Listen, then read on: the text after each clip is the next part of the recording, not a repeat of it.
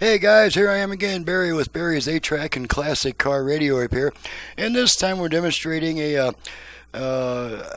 radio out of a 70 Ford Mustang Mach 1 fastback. This comes from Hugh in Utica, Kentucky. I guess that's how you pronounce the city, Utica, Utica, Kentucky.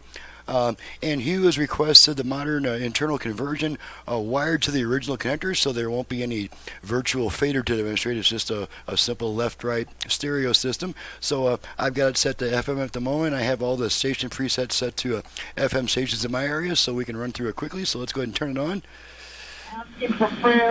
FM talk radio there. 2021 cents. We got that one drifted a bit.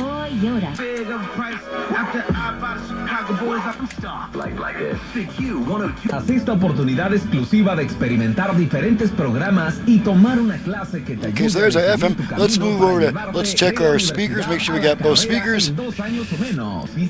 Balance left, balance right, left, right. Okay, gonna kind of center them.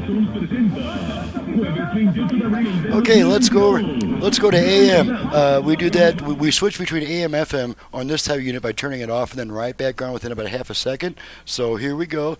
Off, on. Okay, now we're on AM. We get one strong station around the center.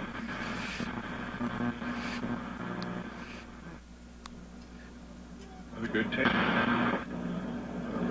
Diamondbacks desperate. Would like to have a baseball game. Nothing like a baseball game on AM radio. Okay, so we'll go back to FM just for fun. Okay, I'm going to check the 8-track function. Got some Neil Sedaka.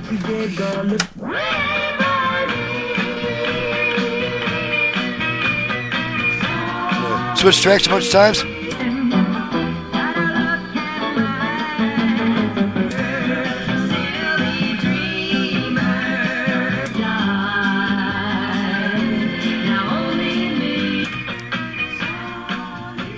Get into a song here.